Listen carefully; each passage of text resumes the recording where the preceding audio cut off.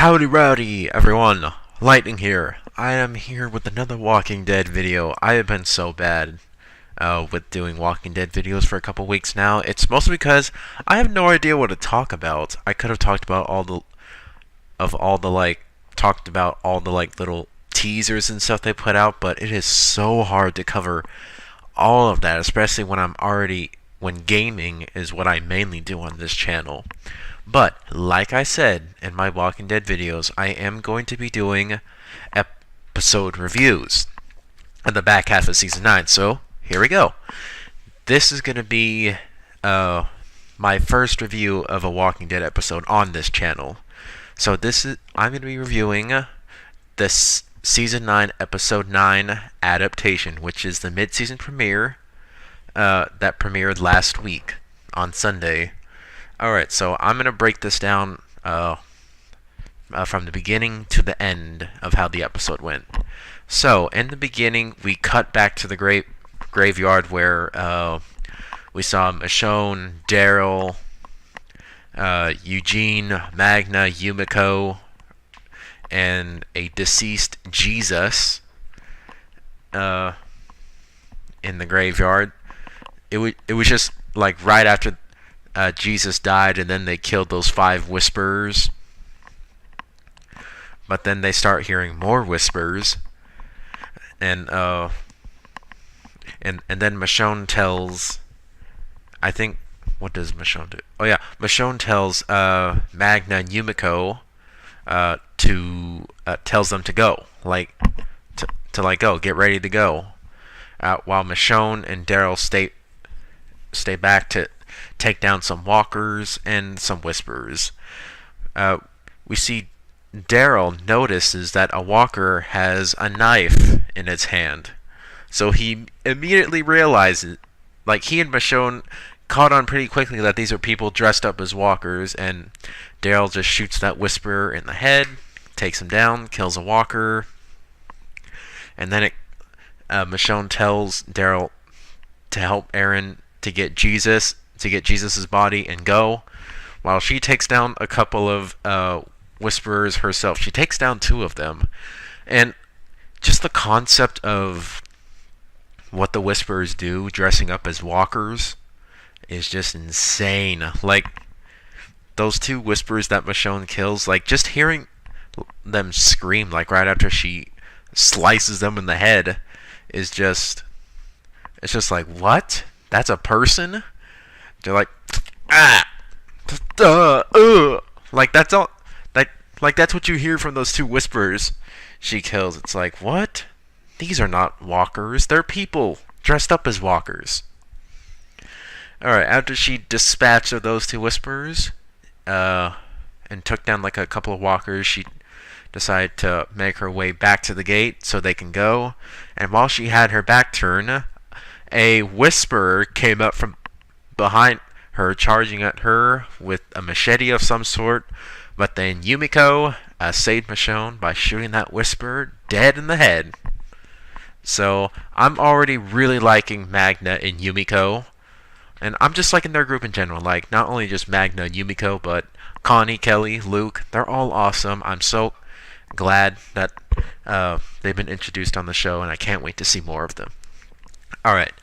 Oh, speaking of Yumiko, she also grabbed the Whisperer mask, specifically of the Whisperer mask of the Whisperer that killed Jesus. She grabbed it, not because she's like because she has a weird thing with that, like she wants to keep it as a trophy or anything. It's just to be like proof when they go back to Hilltop, so they can be like, yeah, this is what we're dealing with. People who wear these walker skin masks over themselves. Like, we're not joking when we say this, because people would think that's crazy, so you gotta have evidence with you. Alright, so they get out of the graveyard. Daryl locks the gate, but one of the walkers pressed up against the gate, aka a whisperer, unlocks the gate, and that's like the opening sequence. And then it cuts back to Negan when he just got out of his cell. It shows him walking around Alexandria, getting himself some food. He gets a shovel, goes into Michonne's house, takes he takes this watch, and he also takes a shirt with him. I think it's one of Rick's shirts. And then some time passes, like the sun is coming up. He wants to climb over the gates. Judith catches him, and Negan says, like, I promise I will never kill anyone again. Judith lets him go, but says, next time I see you, I will shoot. So don't tempt little ass kicker that is Judith Grimes. And then it cuts back to the group when they left the graveyard. It was daytime, making their way back to the horses. And as they're walking, Michonne and Daryl have a very interesting conversation about, like, bringing Jesus back. Like they didn't have to do that. It was very risky for them to retrieve his body, but they did it so that the people of Hilltop can bury their leader and mourn his death.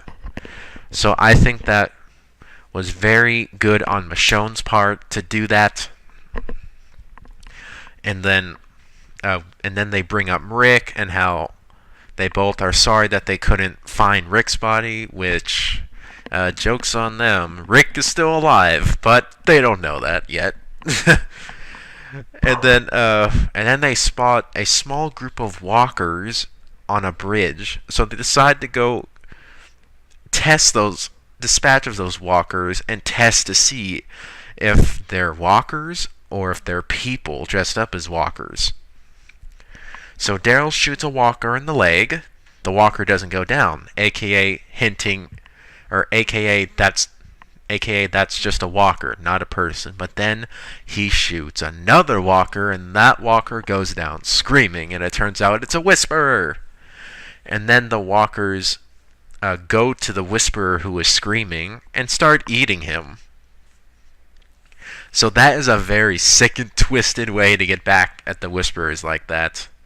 To just let the dead eat them, even though their whole concept is walking among the dead and using them, protecting them, essentially. And then there were two other walkers behind that one Whisperer who was getting eaten. Turn around!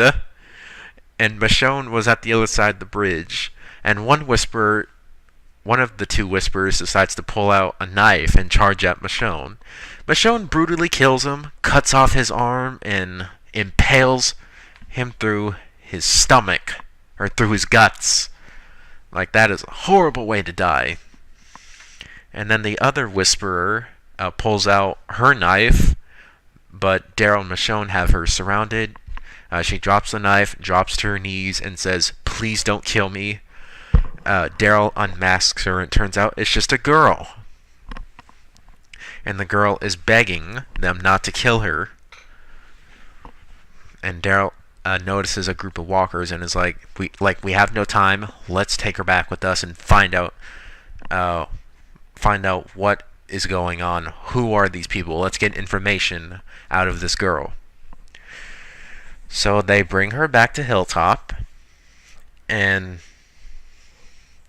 begin interrogation. And during their interrogations, Henry, who is still in jail, is listening in on everything. And the people in Hilltop begin to mourn the loss of their leader and begin to bury him. And something I thought was very interesting was the character Tammy Rose. I liked what Tammy Rose said to Tara. She said, Tara, Jesus trusted you. Now we are looking to you for guidance to lead us. I think that is such... I don't think that was exactly what she said, but it was something along those lines. And I think that is such a powerful line because essentially Tara was already running things even while Jesus was leader of Hilltop. Because Jesus went out all the time. He didn't want to stay inside for too long, so Tara was basically running things, and the people of Hilltop seemed to trust her because she ran things so much around Hilltop. So Tara's the official leader now, and I think she's gonna have very good leadership. Right. I think she's gonna have good leadership in the next episodes. Okay. All right, and then I think it cuts back to Negan. wandering around close to the sanctuary, I think, and he runs into a couple walkers. I think one of the walkers like falls on his bag that he has with him, crushing his bottle of water and his food, so he can't have any of it anymore. Then he decides to go to a stream and take a drink, and I guess it's intoxicated or something, because he ended up puking it up just moments later, and he ended up puking it up in the same spot, the clearing where he killed Glenn and Abraham, and he was on his knees. Like, you could tell, if you're a true fan and if you have a good eye, you will remember that spot that Negan was in when he was puking up the water that he drank from the stream. Then he goes to a store, gets himself a nice leather jacket, and runs into a couple of stray dogs with who I guess are hungry and decide to chase after him and try to eat him. But then when he gets away from them, he runs into a walker when he opens up the door and throws the walker at them, and the walker eats the dogs. And I was really sad about that because I love dogs. I have 2 dogs of my own. I would never ever do that. I was like, no, Negan, no, no, no. No doing any of that. That just... No, I'm a huge animal lover. That's a big no-no with me. Alright. And then it cuts to Daryl, Tara, and Michonne interrogating Lydia in the Hilltop jail cell. And start asking her questions like, why are you wearing walker skins? Like, why are you guys doing that? And Lydia basically made the point like, we were just walking around, then you guys attacked us, and now they're dead. Basically trying to make them look like the bad guys here. Even though the Whisperers attacked them first by killing Jesus. So, sorry Lydia, but your people attacked our people first, so there's that. And then Michonne asks a very critical question of Lydia, asking like, I think she asked like, do your people know about this place? Do they know about Hilltop? And then Lydia was like crying all over herself and just saying like, no, they didn't tell me anything, and I don't know anything. Please stop asking me questions and just leave me alone right now. And I think there is some truth in that, but I do think she was mostly lying, but I think there was some truth in that. Like, I don't think they would tell her if they knew about any of these communities. I think because we've seen in like a sneak peek, like a month before the mid-season premiere, the one with the 6 we were watching like points of views from different Whisperers watching the communities, and then these 6 Whisperers walking up to Alpha and Beta. Like, we saw them watching the communities, and it looks like they were watching prior to the event at the graveyard, which means the Whisperers have been watching our people for a while now, so I'm pretty sure that they know about all the communities. So, but that doesn't mean they told Lydia about it, so she might be telling the truth right there. And then, like, after Lydia said, like, don't, like, just leave me alone, Daryl, Michonne, Tara, like, get out of the jail cell area, and then just saying, like, I don't trust anything that comes out of her mouth. And Michonne says that she and her people are leaving. By her people, it means, like, Sadiq, Rosita, Eugene, Aaron, who else? DJ, they're leaving because they got to get back to Alexandria and let them know about these crazy people dressed up as walkers wearing walker skin on their faces. They got to know about it.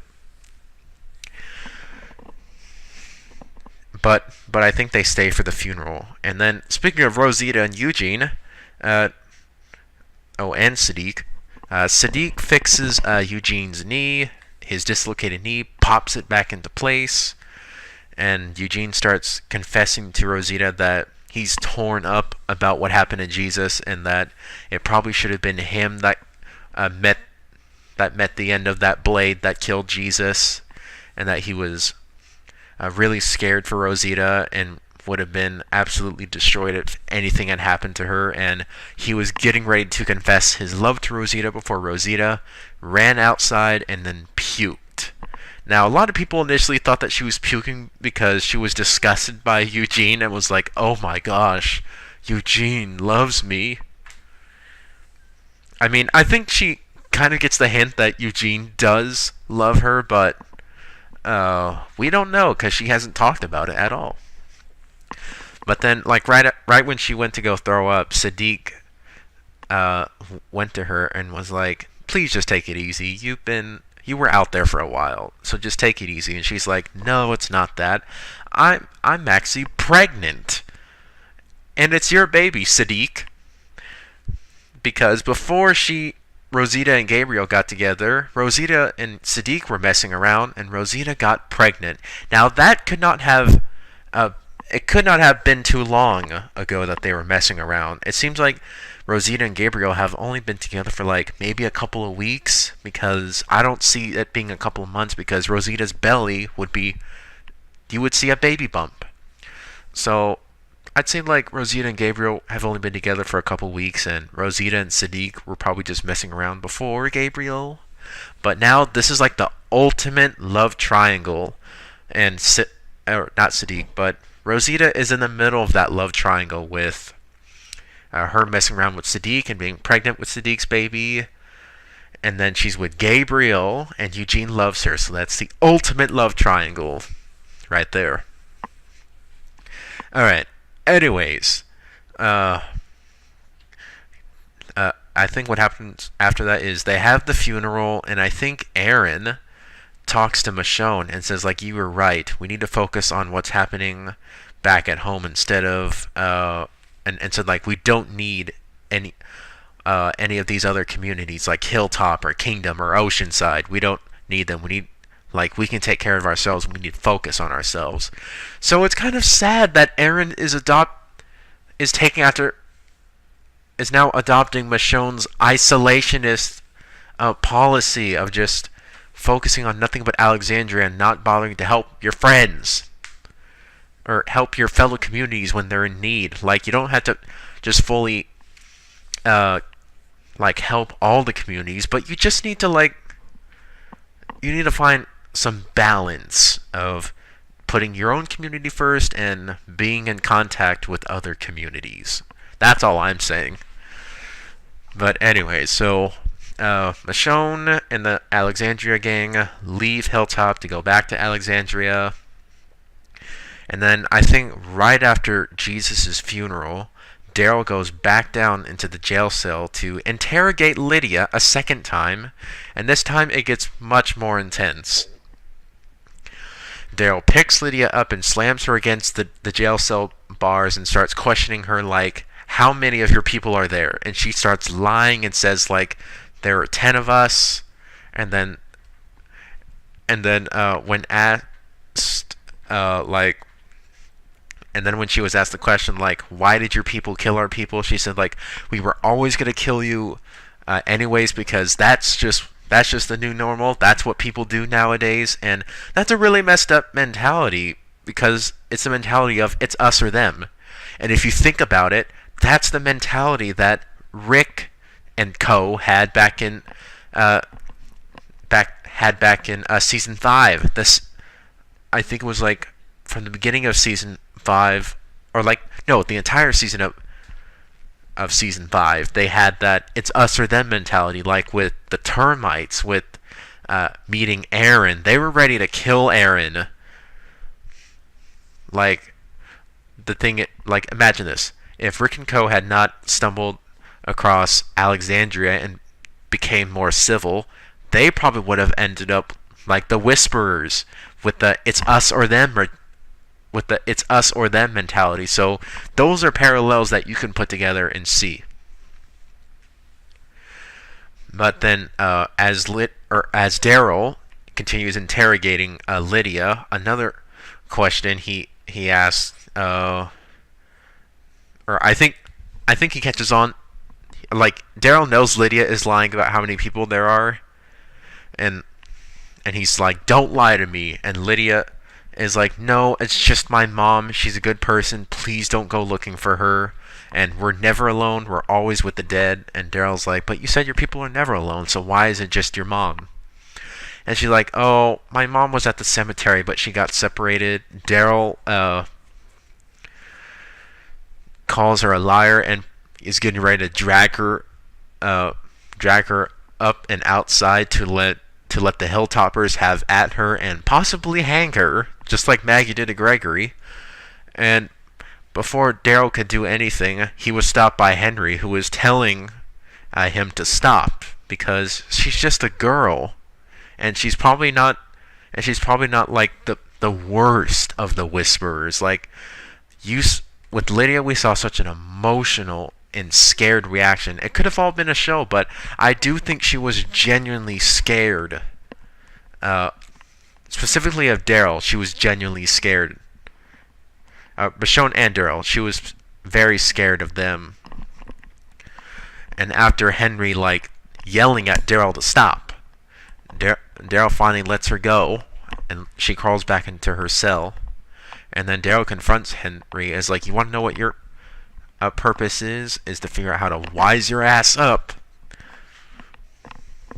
And then Daryl walks out, refusing to listen to Henry, and Henry starts talking with Lydia. He's like, "I'm Henry." And then Lydia finally introduces herself and says, "I'm Lydia."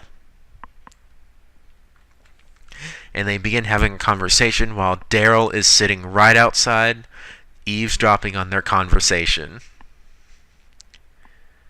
And then it cuts back to Negan. Now, with Negan, he does go to the sanctuary, and I totally forgot to talk about this part, but it's because I got so caught up in the whole whisperer interrogation with Lydia. But anyways, what happened with Negan after the dog confrontation, he goes back to the sanctuary to see how things are, because he doesn't know what happened to the sanctuary. He's been locked up since the end of All Out War. Like, you had that 1.5 year time jump, and then you had the 6 year time jump, so he's been locked up for 7.5 years. So he thought there was still something there at the sanctuary, and he goes there, and like Judah told him, there was nothing there. The sanctuary was totally destroyed. And in his mind, he was just totally destroyed emotionally because when he was ruling with the Saviors, the sanctuary was running. All of what he built up has now just crashed down and has been destroyed. The Saviors are practically no more. There's only a few real Saviors left, like Alden, who is now at Hilltop. Then you have Alden, or wait, no, not Alden. I just said him. You have Laura, DJ, who used to be top lieutenants of Negan, are now Alexandrians, and then you just have Negan himself. Practically all of the Saviors are dead. Dwight is off in fear, so there's the sanctuary's gone. The Saviors are practically no more, and you're not going to be able to make another group of Saviors. So that destroyed Negan emotionally, and he also put down a couple of walkers he realized were some of his former Saviors, and had emotional reactions to them because that's his past. So that's what. So he just had to see what happened at the sanctuary for himself, and just had to open up some old wounds and put the past in the past where it belonged, or where it belongs. And then he had this hidden motorbike and decided that Judith was right. There was nothing out there for him, and so he just decided to get on his motorcycle and ride back to Alexandria. And on his way back, Judith found him and shot him.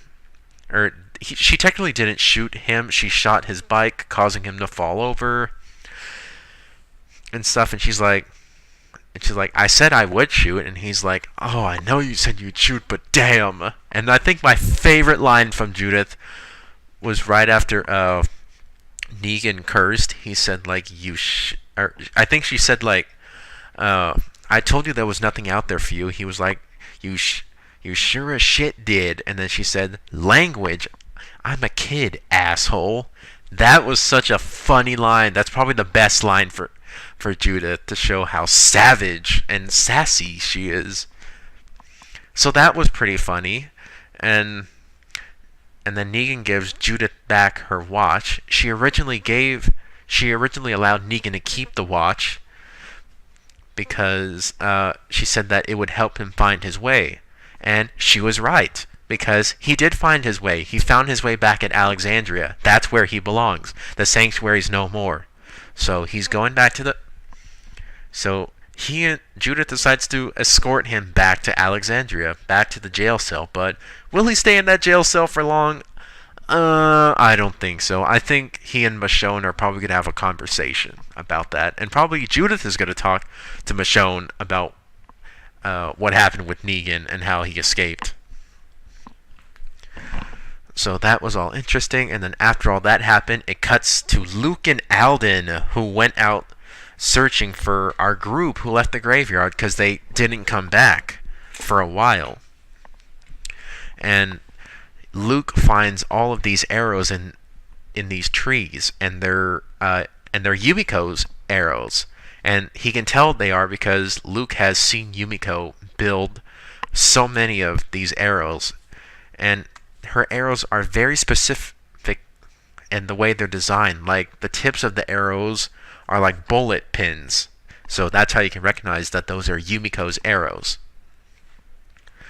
So Luke and Alden were finding those, and while finding another one, they saw this walker stumbling towards them.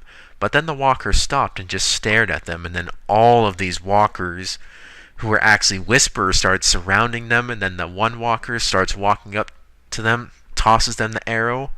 That walker pulls out a shotgun and says, "Trail ends here." And that walker was a whisperer, and not just any whisperer, the leader of the whisperers, Alpha, with her double-barrel shotgun. And she says, "Trail ends here."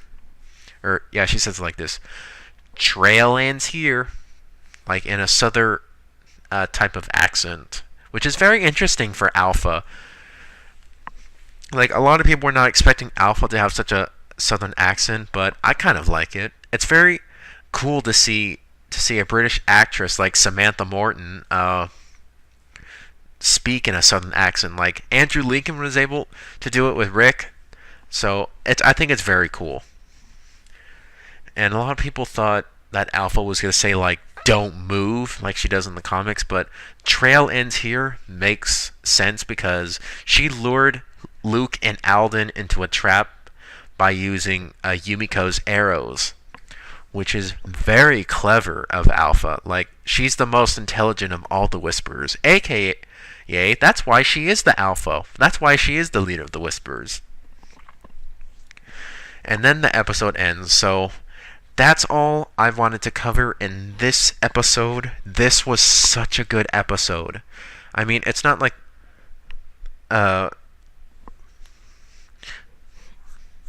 there is a good amount of action to it, but I think this is such a solid episode. A good way to start Season 9B off, and it's a great build-up to what is coming in the next episode and the episodes to come after that. So, overall, I rate this 10 out of 10. I think this was such a good episode, and episode 10, Omega, which I will do my predictions on that on Sunday, a couple hours before episode 10 premieres, so be on the lookout for that. But that's going to be it for this video on my review of Season 9, Episode 9, Adaptation of The Walking Dead. Jeez. Alright, anyway guys, this is like T75 or LT75 signing off. I will see you for the next Walking Dead video, aka it's going to be my predictions for season 9, episode 10, Omega, tomorrow on Sunday. So thank you so much for watching, and goodbye.